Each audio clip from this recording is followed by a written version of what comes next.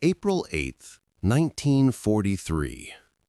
If you had tuned in to the Luftwaffe radio that morning over northern France, you would have thought you were listening to a comedy show, not the opening act of the end of German air power.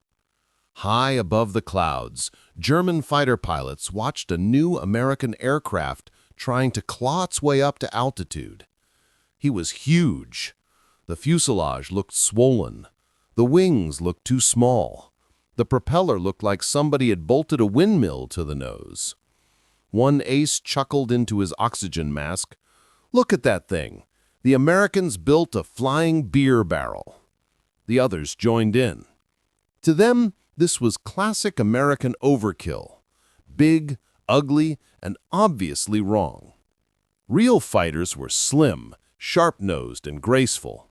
This thing looked like it should be towing advertising banners over baseball games. What none of them knew, as they circled above the beer barrels and chose which one to shoot first, was very simple. They were laughing at the aircraft that would help erase their entire air force from the sky.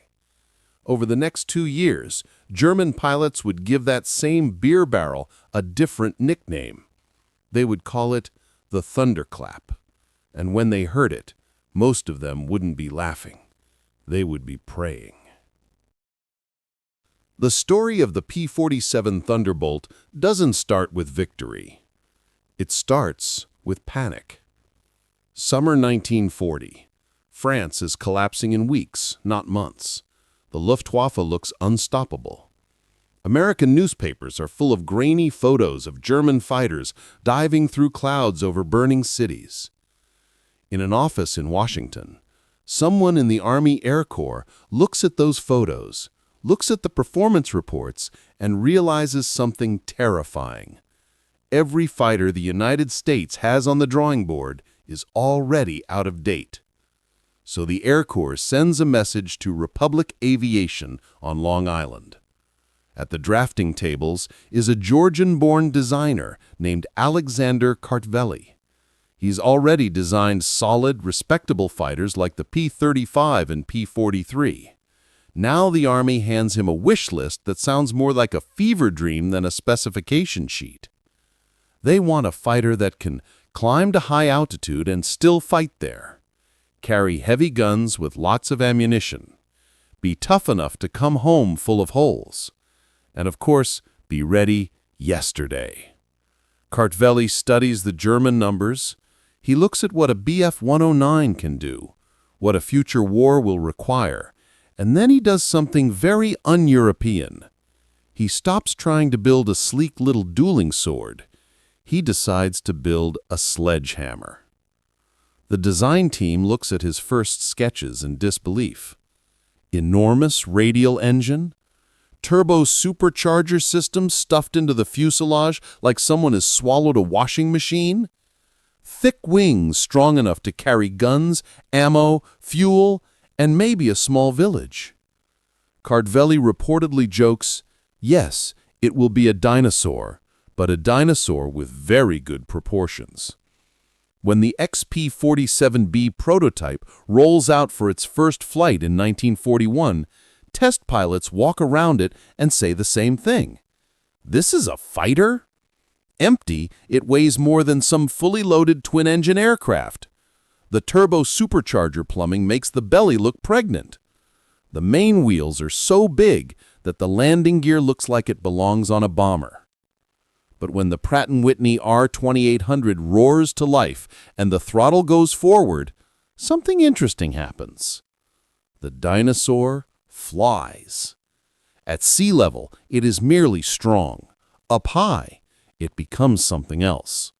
The turbo supercharger keeps ramming compressed air into the engine long after other fighters are gasping. At 25 to 30,000 feet, where German engines start to die, the Thunderbolt is still pulling like a freight train. On paper, the Air Corps has exactly what it wanted, a high-altitude brute that can run with bombers, then dive like a falling safe on anything that gets close. There is only one tiny problem. Someone has to learn how to fly it. Training units in the United States soon discover that the P-47 has a wonderful personality once you get past its habit of trying to kill you. Pilots used to light little fighters climb up the ladder, sit down in the huge cockpit, and suddenly feel very small. The engine in front of them weighs more than the entire airplanes they learned on. The propeller is taller than some of the ground crew. On takeoff, if you are gentle and patient, the airplane goes straight. If you treat it like a P-40 and shove the throttle forward, the torque grabs you by the tail and throws you off the runway in a ground loop that ends badly for both pilot and airplane. In the landing pattern, if you come in a little too slow, the heavy wing drops, the nose snaps, and the Thunderbolt reminds you that gravity is in charge. It dives so well that the first pilots to push it down at high speed discover a new enemy: compressibility. At around 500 miles per hour, the airflow over the wings starts to go transonic. Shock waves form. The controls lock up. Pilots pull, and the stick just sits there, frozen. Several simply do not pull out in time. By early 1943, one group commander jokes that the safest place to be during P-47 training is on the ground. Behind the humor is an ugly truth. In those months, the P-47 kills more American pilots in accidents than Germans ever will in its first combat missions. But the ones who survive long enough to master it start to say strange things. It feels like you're strapped to a locomotive. You don't so much fly it as aim it. If you respect it, it'll bring you home. But the problem is, war doesn't wait for everyone to feel ready. Spring 1943, England. Freshly painted Thunderbolts cross the Atlantic on aircraft carriers, get craned onto British docks, and are towed through small villages whose residents stare at them like exotic animals. The RAF pilots are polite. They've been fighting since 1940 and have their beloved Spitfires. They watch Americans climb into the huge fighters and grin, "Good luck up there, Yanks." The first missions over occupied Europe don't go well. German pilots see the big American machines and cannot believe their luck. Compared to a Bf-109 or FW-190, the P-47 turns like a bus, climbs like a drunk elephant at low altitude, and bleeds speed in tight maneuvers. If a Thunderbolt gets sucked into a turning fight with a nimble German fighter, the ending is predictable. Combat reports show it brutally. In the first weeks, the Thunderbolt units lose multiple aircraft for each confirmed German kill. British observers quietly suggest that maybe the Americans should consider a different fighter. German aces write home that the new American fighters are perfect targets: big, slow, and clumsy. Some units give them nicknames that translate roughly to flying milk cans or pregnant cows. On the surface, the joke is on the Americans. And then, one day in June, the joke stops being funny. Robert S. Johnson was not supposed to be a legend. He was a farm kid from Oklahoma flying one of those flying milk cans with the 56th Fighter Group. On a summer mission in 1943, Johnson's squadron escorts bombers toward France. At altitude, the formation is jumped by experienced FW-190s diving from the sun. In the chaos, Johnson's Thunderbolt ends up at the back, the worst place to be in any aerial battle. Cannons flash, explosions hammer the airplane, the canopy shatters, hydraulic fluid sprays the cockpit. The front of the aircraft tears open like a tin can. Johnson is hit by shrapnel and glass, bleeding from the face. Instinct takes over. He reaches to jettison the canopy and bail out. The canopy doesn't move. A shell fragment has jammed it in the rails. He pounds on it. Nothing. He is trapped in a burning, shaking machine at 27,000 feet with Germany beneath him. At this point, any other fighter of the era would simply stop being an airplane. But the P-47 is not any other fighter. Johnson does the only thing left. He points the wounded Thunderbolt in the vague direction of England and waits to die. The engine is half ruined, throwing oil across his windscreen until he can see nothing but black. Control cables are damaged. The airplane shudders. Pieces of skin peel off the wings and go spinning away into the slipstream. Somehow, incredibly, the big radial keeps turning. Somehow, the bent wings keep making lift. Then it gets worse. A lone FW-190 spots the dying Thunderbolt limping toward the channel. For a German pilot, this is the easiest kill in the world. A crippled enemy, alone, slow, helpless. He tucks in behind Johnson and opens fire. Shells slam into the P-47. More glass explodes, metal shrieks. Johnson can't maneuver. He simply curls up behind the armor plate and waits to be blown apart. But the armor holds. The engine coughs, but doesn't quite give up. The Thunderbolt is no longer an airplane so much as a flying scrap pile held together by sheer stubbornness. The German makes another pass, and another, and another. Eventually he runs out of cannon shells and switches to machine guns. Tracers streak past the cockpit as he empties the last of his ammunition into the American. When he's finally out of bullets, the German pulls up alongside to look at what should be a falling fireball. Instead, he sees a mangled, oil-soaked P-47 still flying. The pilot inside is bloodied, but alive. Accounts differ on the exact gesture, but the idea is the same. The German shakes his head, gives a salute, as if to say, "I don't know what you're made of, but I'm done," and peels away toward home. Johnson somehow coaxes the Thunderbolt back across the channel. He lands at a British field with the engine dying under him and rolls to a stop in a shower of leaking fluids. Ground crew swarm the wreck. They start counting holes. At some point, after 200, they give up.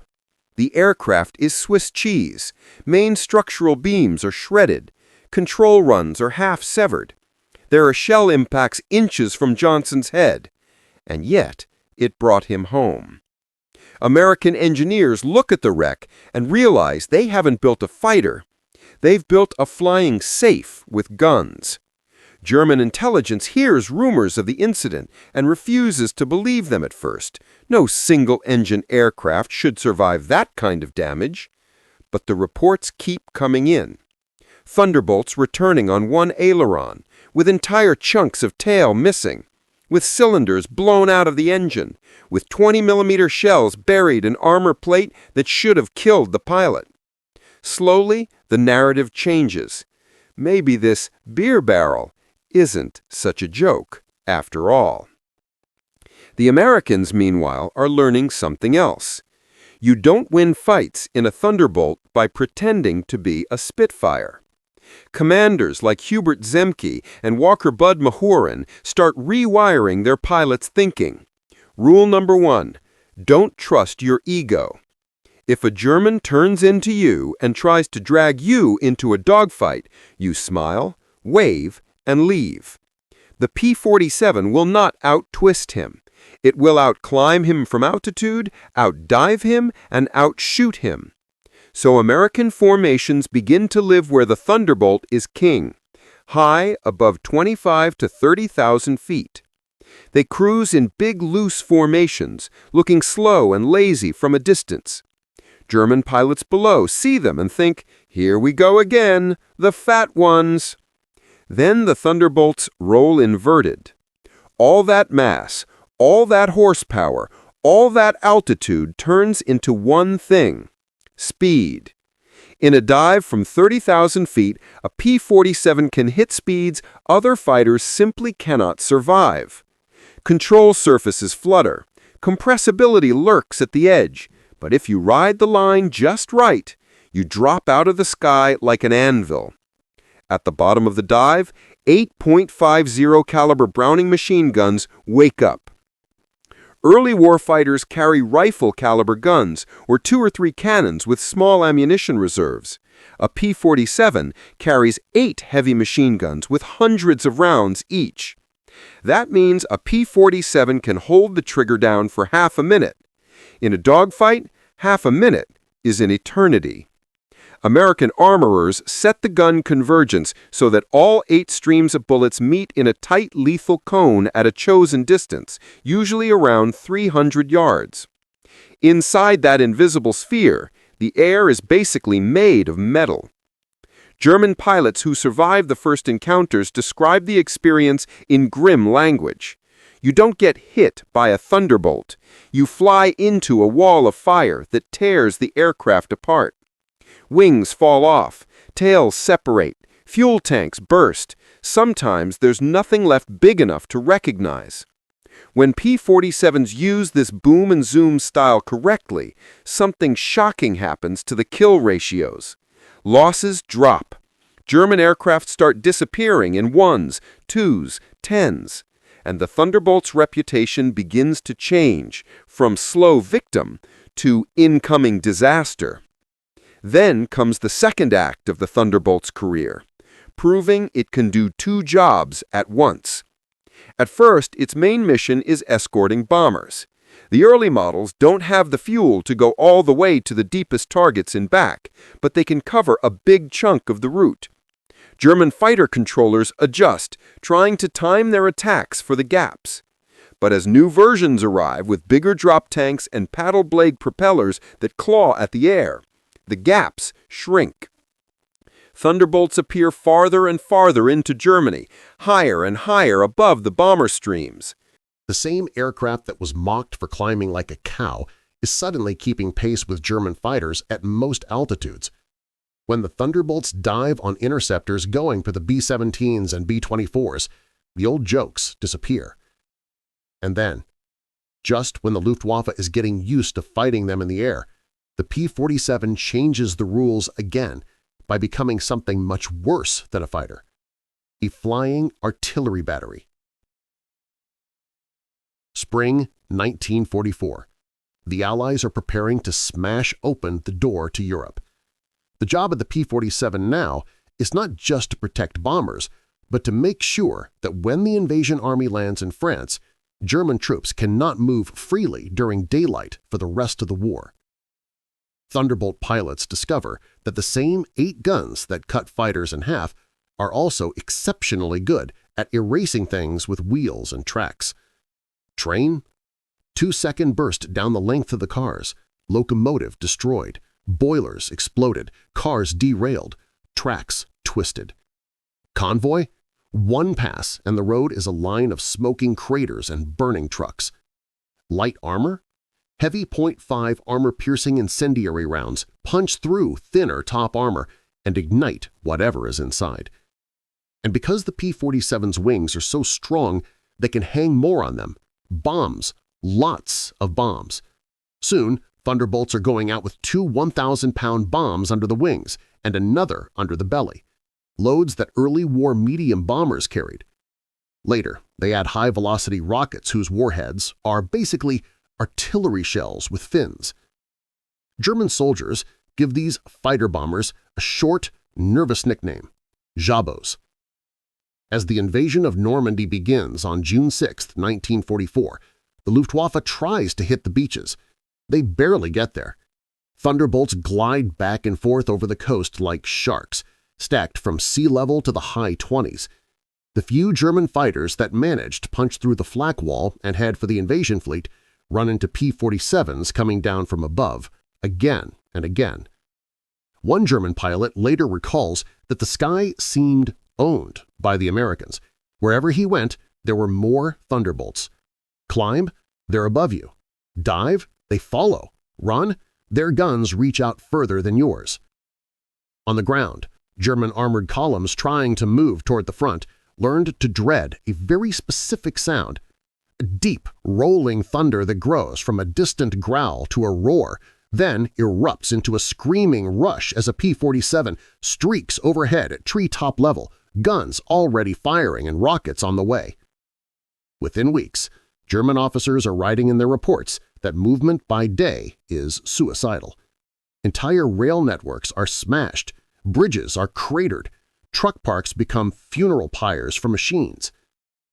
The P-47 is no longer just a fighter. It is a policy. Behind all of this is the part of the story the Germans never fully appreciated until it was too late: production. Every time a Thunderbolt is shot down, the Americans simply write a serial number on a form, send it back across the Atlantic, and another P-47 starts rolling down an assembly line. Republic's factories in Farmingdale, Long Island, and Evansville, Indiana learned to build these monsters like Detroit builds cars, with jigs, standardized parts, and an army of workers who a few years ago were school teachers, farm wives, and soda jerk kids. The numbers are absurd. Tens of thousands of engines, miles of wiring, millions upon millions of .50 caliber rounds. Pilot training scales up to match. By late in the war, a young American destined for a P-47 logs hundreds of hours before he ever sees combat, including specific gunnery training and tactical exercises based on real German maneuvering. On the other side, German training time shrinks as fuel disappears and instructors are killed in action. New pilots arrive at the front with barely enough time to learn where the switches are. Their first dogfight is often their last. When Germany launches its desperate New Year's Day attack on Allied airfields in 1945, dozens of P-47s are destroyed on the ground. For a few hours, German pilots feel the old satisfaction of burning enemy aircraft. Then they see what happens next. Within days, new Thunderbolts arrive to replace the ones lost. Ground crews sweep twisted wreckage aside and park fresh fighters on the same spots. The message is clear. You can hurt us, you cannot stop us. Germany, by this point, can barely keep its surviving aircraft fueled. What did German pilots actually think of the P-47 by the end? Early on, they laughed. Mid-war, they cursed it as a tough, annoying escort. By 1944 and 1945, many of them feared it the way infantrymen feared artillery. Veterans would later describe how the sound of those 8 machine guns haunted their sleep. They remembered friends whose aircraft seemed to simply vanish when a Thunderbolt opened fire. No long duel, no dramatic chase, just a flash of impacts and then confetti. Doctors noticed something else. Pilots and ground troops alike started showing physical symptoms: sweats, shaking hands, nausea, whenever reports came in that Jabos were in the area. They called it Jabo fever. Courage wasn't the issue. Many of these men had flown hundreds of missions. They had faced Spitfires, Hurricanes, Yaks, and Mustangs. But the Thunderbolt combined 3 things in a way nothing else did. It was very hard to kill, it carried terrifying firepower, and the Americans could build more of them than anyone could reasonably count. Years after the war, when German and American pilots met at reunions and air shows, the tone had changed completely. Former enemies told stories over beer and looked at the bulky fighter with a kind of reluctant respect. One former senior Luftwaffe officer admitted that they had underestimated the P-47 from the start. They had looked at the shape and laughed, thinking the Americans didn't understand air combat. In reality, the Americans understood something else: industrial war. They weren't trying to build a gentleman's dueling weapon for short, elegant fights over small battlefields. They were building a mass-produced flying machine that could survive mistakes, be maintained in muddy forward bases, deliver ridiculous amounts of lead exactly where it was needed, and keep flying day after day, campaign after campaign. The Thunderbolt was that idea wrapped in armor and aluminum. By the time the war in Europe ended, the statistics written next to the P-47's name read like a factory inventory of destruction. Thousands of enemy aircraft destroyed in the air and on the ground. Tens of thousands of vehicles and rail cars turned into scrap. Hundreds of thousands of tons of bombs and rockets dropped on everything that moved, and plenty that didn't.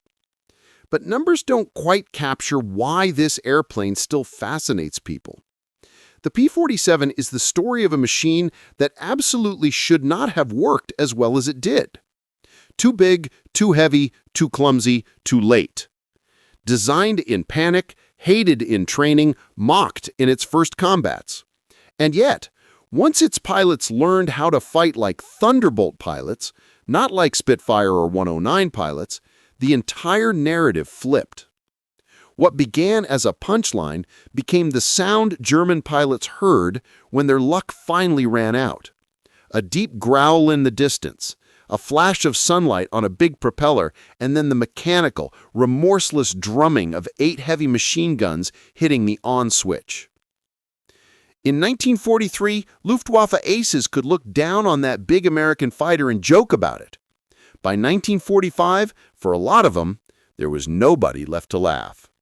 The flying milk bottle had become the storm.